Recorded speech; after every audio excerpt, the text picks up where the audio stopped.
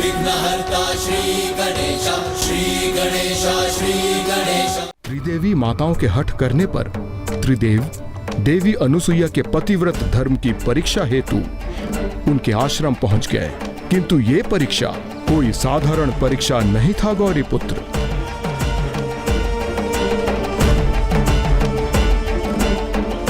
भिक्षाम देहि।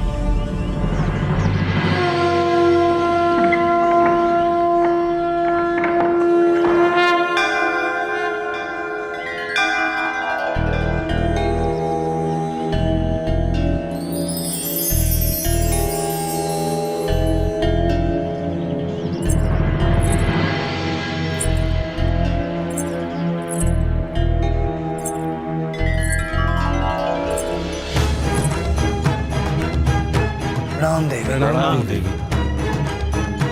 प्रणाम ऋषिवर।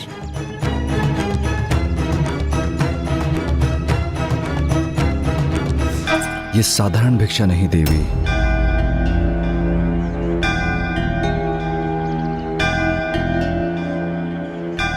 ये मुझसे दान लेना अस्वीकार क्यों कर रहे हैं? इनकी दिव्यता में तो मुझे कोई संदेह नहीं, तो कहीं मुझसे ही तो कोई भूल नहीं हो रही है। हम यहाँ आपसे निर्वाण भिक्षा प्राप्त करने आए हैं।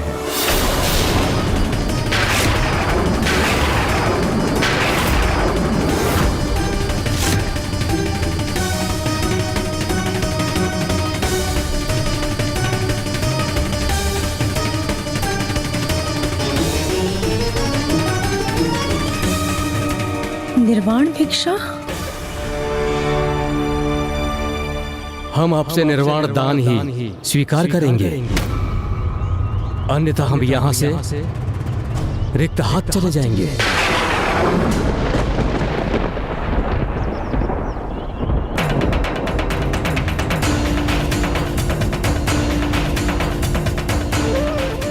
निर्वाण दान अर्थात वस्त्रहीन होकर दान देना, किंतु ये कैसे संभव है? ना तो मैं पर पुरुषों के समक्ष वस्त्रहीन हो सकती हूँ और ना ही इन भिक्षुक ऋषियों को रिक्त हाथ यहाँ से लौटाकर अपने धर्म को भंग होने दे सकती हूँ।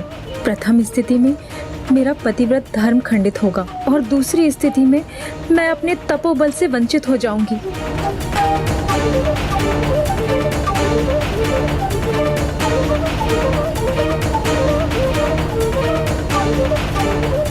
अब माता क्या करेंगी?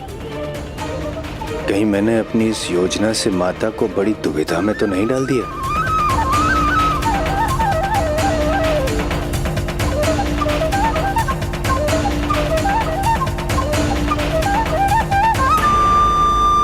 और हमसे कितने समय तक प्रतीक्षा करवाएंगे आप देवी? यदि आप दान देने में समर्थ हैं तो हमारा अनुरोध स्वीकार कीजिए, अन्यथा हम यहां से प्रस्थान करते हैं।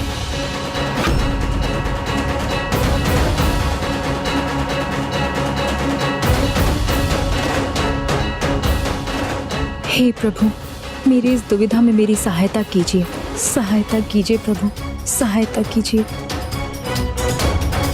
ऐसा दान तो ऐसी महान दिव्य शक्तियां ही मांग सकती हैं जिनमें उद्धार करने की क्षमता हो, किंतु स्वामी के कुल का उद्धार करने हेतु कौन दिव्य स्वरूप पधारे हैं यहाँ? ओह, मैं समझ गई। ऐसी शक्ति, ऐसा सामर्थ्य तो मात्र त्रिदेव अर्थात ब्रह्मदेव, श्री हरि नारायण और महादेव में ही संभव है।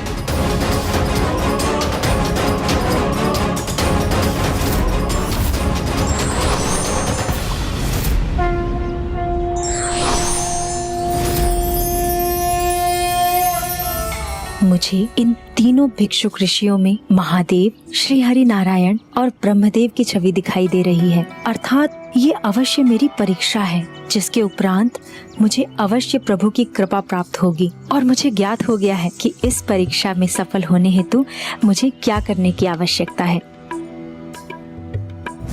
माता अनुसुईया ने सर्वथा उचित कहा लंकेश। निर्वाण दान तो वो दान है जो कोई पूर्ण रूप से पवित्र और धर्मनिष्ठ पुण्यात्मा ही मांगने के योग्य है, जिनमें इतना तपोबल और दिव्यता का समावेश हो जिससे वो दान देने वाले का उद्धार कर सकें। कलयुग में ऐसी पुण्यात्माएं शेष ही नहीं रहेंगी, इसलिए उस समय काल में ये दान वर्जित हो जाएगा। किंतु माता अनुसुईया के मन में क्या था लंकेश? और क्या तीनों त्रिदेवी माताएं इस समस्त घटनाक्रम की साक्षी नहीं थी? नहीं गौरी पुत्र, तीनों त्रिदेवियां इसकी साक्षी नहीं थीं, क्योंकि उन्हें तो पूर्ण विश्वास था कि उनके स्वामी शीघ्र देवी अनुसुईया की परीक्षा लेकर लौट आएंगे। किंतु जब तीनों त्रिदेव एक दीर्घ अंतराल तक नहीं लौटे तो त्रिदेवियों को चिंता सताने लगी।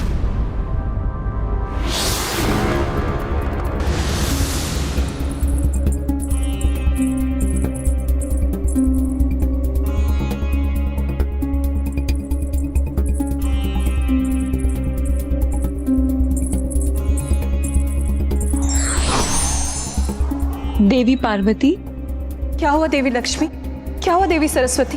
क्या भ्राता श्रीहरि नारायण और ब्रह्मदेव भी अभी तक नहीं लौटे?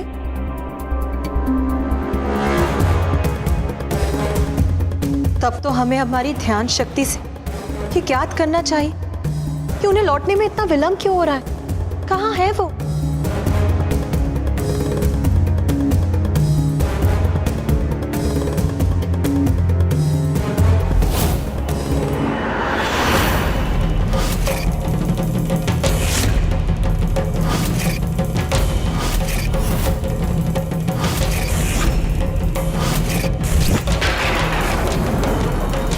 स्वामी का स्मरण करने पर उनके स्थान पर मुझे एक शिशु क्यों दिखाई दे रहा है? मुझे भी उनके स्वर के स्थान पर शिशु क्रंदन क्यों सुनाई दे रहा है?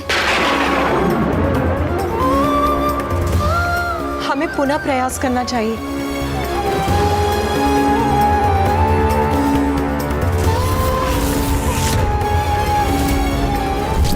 मुझे तो अपार चिंता हो रही है। मुझे भी चिंता हो रही, कहीं उनके साथ कुछ अनुचित तो नहीं घट रहा। महान आत्माओं की परीक्षा लेना कभी कभी स्वयं के लिए एक बहुत बड़ी परीक्षा की स्थिति उत्पन्न कर देता है देवी। इस परीक्षा का कहीं हम पर ही विपरीत प्रभाव न हो जाए। ये तो सर्वथा अनुचित है और अनुचित से सदा अनर्थ होता है।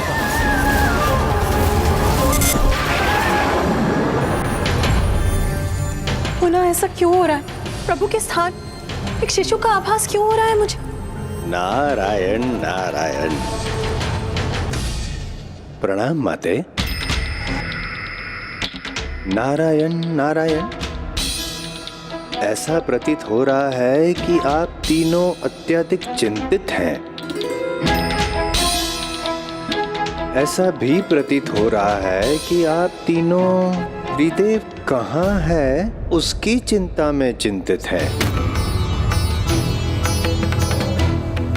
त्रिदेव कहाँ है मुझे ज्ञात है।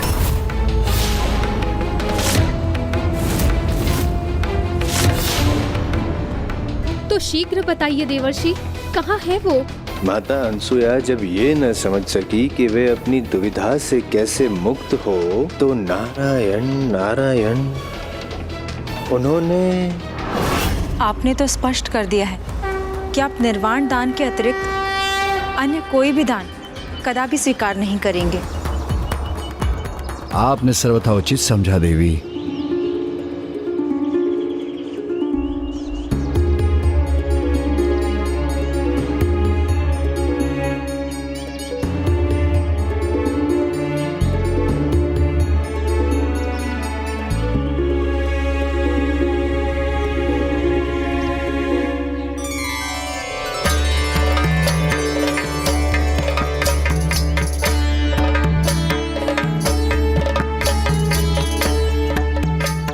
पतिव्रता स्त्री अपने नवजात शिशु के समक्ष ही निर्वाण दान करने हेतु प्रस्तुत हो सकती है। यदि मैंने पूर्ण निष्ठा के साथ पतिव्रत धर्म का पालन किया है तो आप तीनों नवजात शिशुओं में परिवर्तित हो जाएंगे।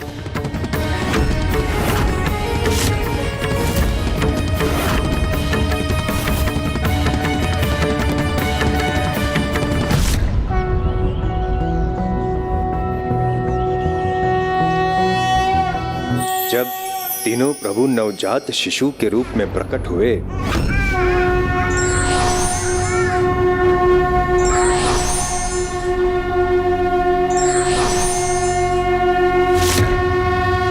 माता अनसुया का मातृत्व भी जागृत हो गया।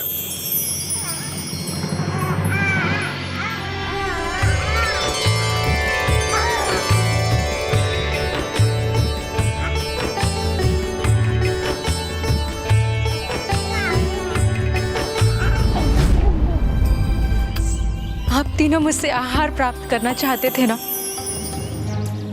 तो मेरे पुत्रों, अब मैं आपको पोषण प्रदान करूंगी। हम तीनों के स्वामी त्रिदेवों ने हमें सावधान किया था कि हमारी इस परीक्षा का हम पर प्रतिकूल प्रभाव हो सकता है।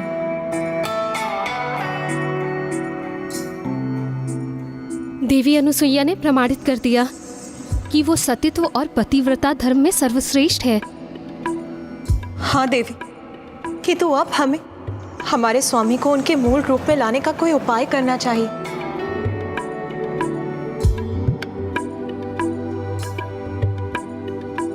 किंतु लंकेश, फिर त्रिदेवी माताओं ने माता अनुसुईया को तीनों प्रभु को उनके मूल स्वरूप में लौटाने के लिए कैसे प्रेरित किया? गौरीपुत्र, सर्वप्रथम त्रिदेवों को भिक्षुक रूप में देवी अनुसुईया से निर्वाण दान मांगने हेतु उनके समक्ष प्रस्तुत होने पर विवश होना पड़ा, और अब त्रिदेवी भी देवी अनुसुईया से एक अन्य दान प्राप्त करने हेतु उनके द्वार पर उपस्थित थीं, और वहां दीर्घ अवधि के लिए प्रतीक्षा करने पर बाध्य भी थीं।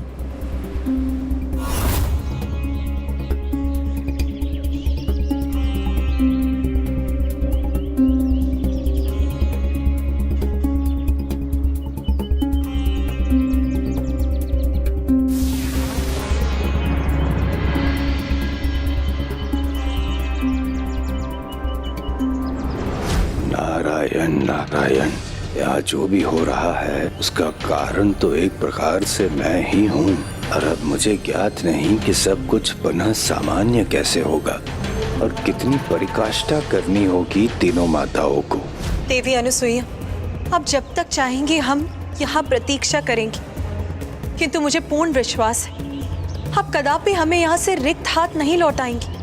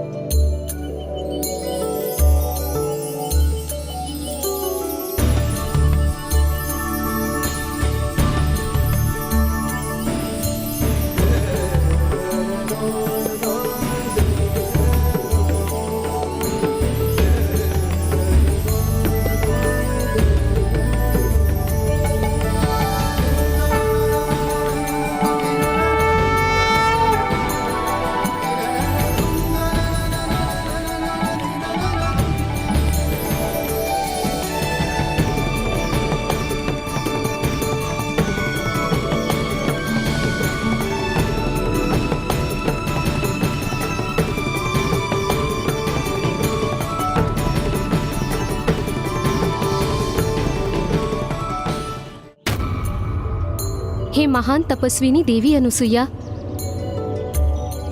हमें क्षमा करे कि हमने आपके पतिव्रता और आपके सतीत्व को कम आंकने की भूल कर उसकी परीक्षा लेने का प्रयास किया। हमारी इस भूल का दंड संपूर्ण जगत को न दे देवी, संसार को उनके प्रभु लौटाने की कृपा करें।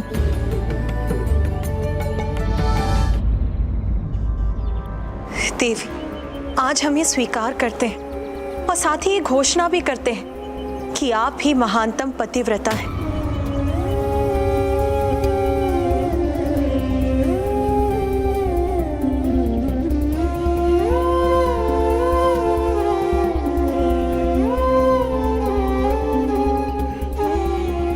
प्रणाम त्रिदेवियों, आपका कोटि कोटि धन्यवाद कि आपने मुझे इस योग्य समझा और मेरे आश्रम में आकर मुझे अपने दर्शन प्रदान करने का सौभाग्य दिया। देवी, अब हम आपसे एक और धर्म का निर्वाह करने का निवेदन करते हैं।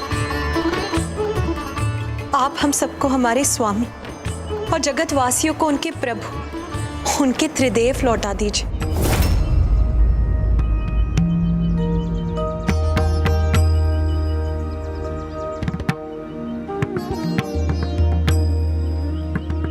आपको मुझसे इस प्रकार निवेदन करने की कोई आवश्यकता नहीं है, क्योंकि आपके समक्ष भला मेरा क्या अस्तित्व। यहाँ जो कुछ भी हुआ आपकी ही परीक्षा के परिणाम स्वरूप, आपकी ही कृपा से संभव हुआ है।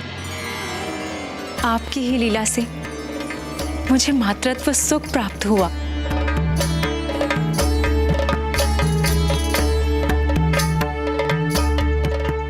मान्यता तो ये है कि माँ संतान को जन्म देती है, किंतु यहाँ तो इन तीनों शिशुओं ने मुझ में एक माँ को जन्म दिया है, मेरे मातृत्व को जागृत किया है।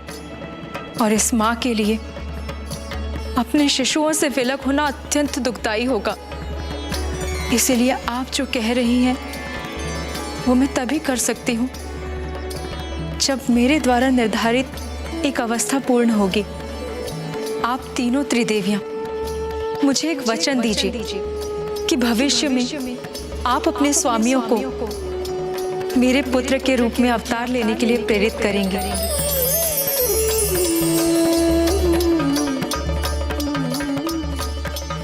हम वचन देते हैं। हम वचन देते हैं।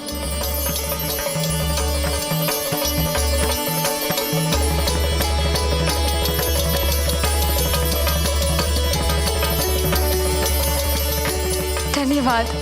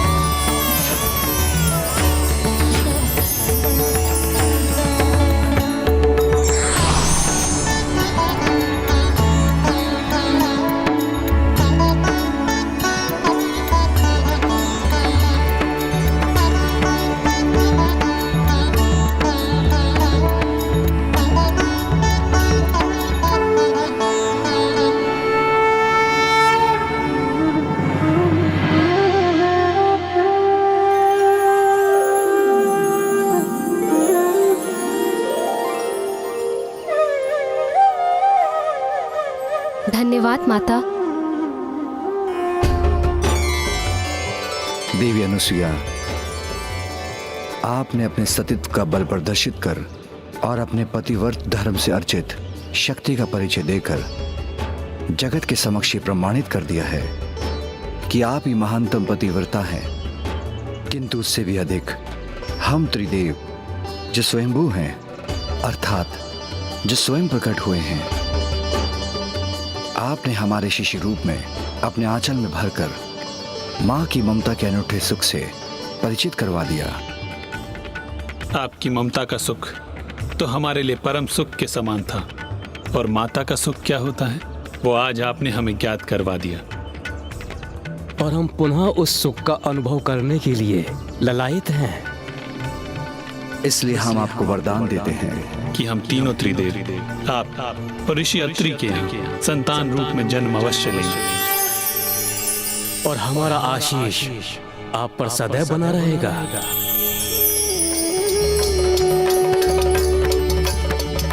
नारायण नारायण नारायण नारायण। आप सभी को मेरा प्रणाम, और आप सभी की इस लीला का साक्षी बन मैं धन्य हो गया।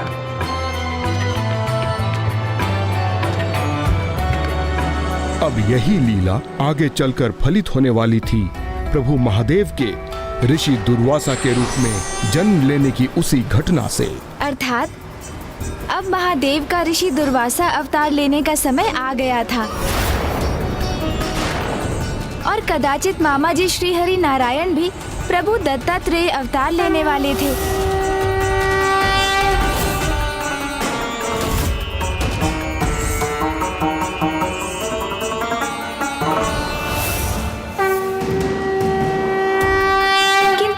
जी ब्रह्मदेव कौन से अवतार में प्रकट होने जा रहे थे? प्रश्न मात्र इतना नहीं था गौरी पुत्र कि कौन से प्रभु कौन सा अवतार लेने वाले थे, किंतु प्रश्न तो ये भी था कि तीनों प्रभु के कौन से अंश देवी अनुसुईया की संतान के रूप में जन्म लेने वाले थे। तीनों प्रभु के इन अवतारों की कथा मुझे शीघ्र सुनाइए ना लंकेश। मुझे पुनः अपनी पूजा आरंभ करनी होगी। ओम नमः शिवाय, ओम नमः शिवाय। लंकेश तो पुनः मेरे प्रश्नों को अनसुना कर रहे हैं। नमः शिवाय, ओम नमः शिवाय।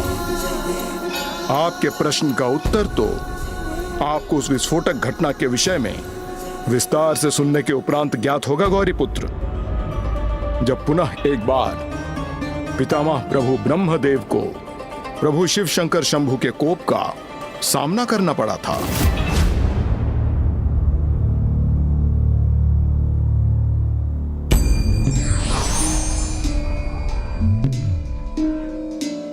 प्रणाम महादेव।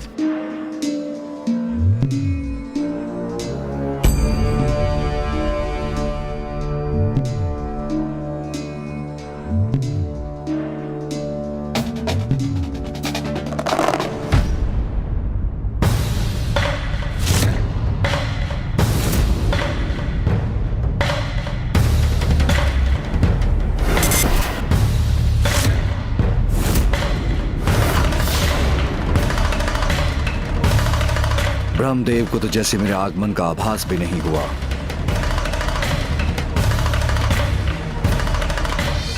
महादेव स्वामी से रुष्ट हो रहे हैं। कदाचित मुझे उन्हें उनके ध्यान से उठाना चाहिए।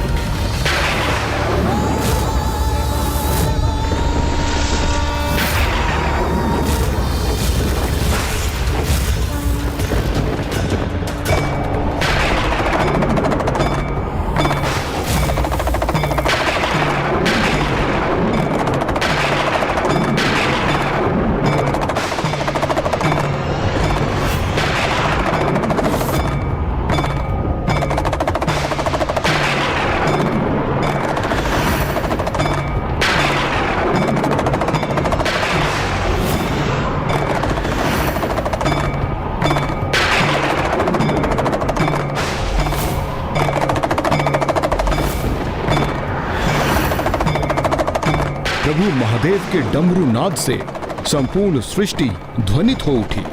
सभी को वो स्वर सुनाई पड़ गया, मात्र ब्रह्मदेव को छोड़कर, और यही कारण बना महादेव के उस अपार क्रोध का।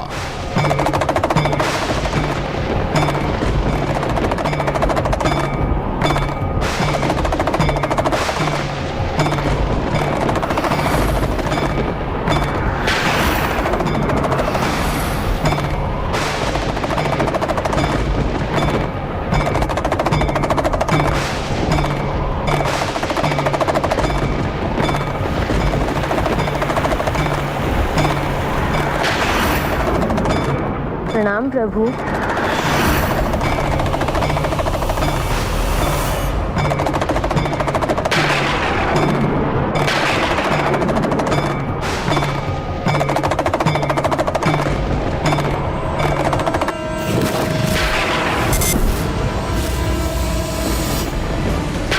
सभी को मेरे डमरू का स्वर सुनाई दे गया, किंतु ब्रह्मदेव को नहीं।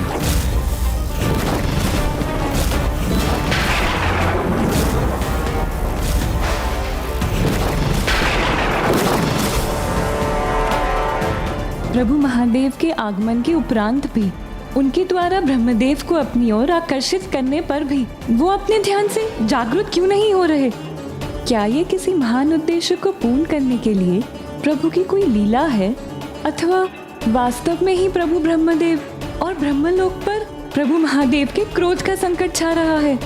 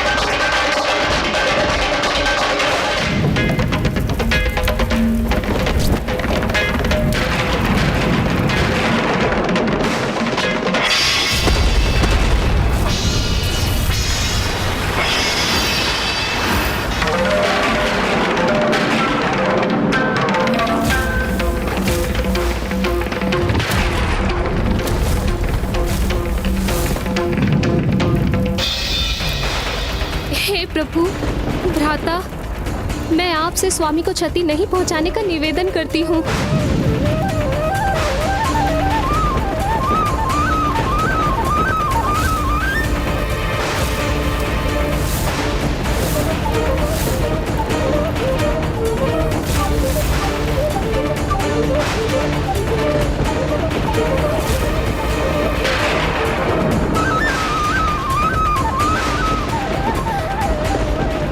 प्रभु महादेव के क्रोधांश को तो एकमात्र देवी पार्वती ही शांत कर सकती है।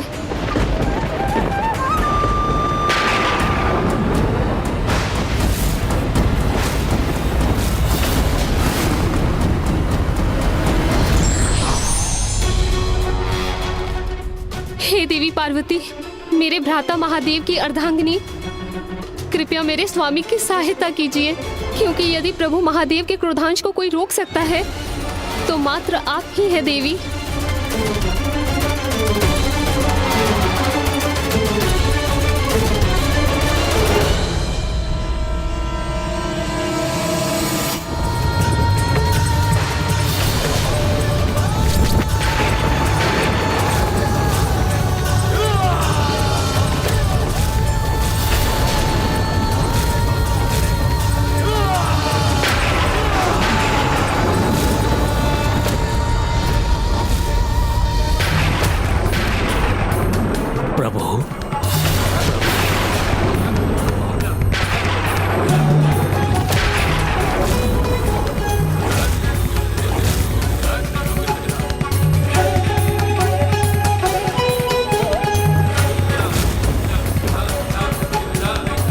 ये तो प्रभु महादेव के क्रोधांश है।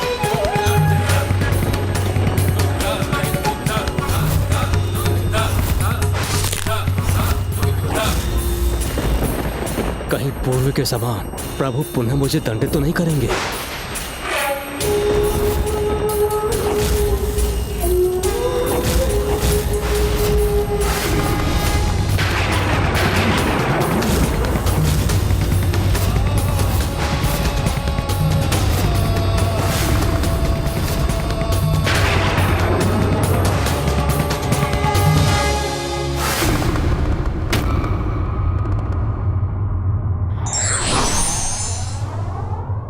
जो अपने धर्म पथ पर अडिग रहते हैं वो किसी भी कठिन परिस्थिति एवं परीक्षा का सामना सहजता से ही कर लेते हैं। For more updates, subscribe to our channel, click the show links and enjoy watching the videos.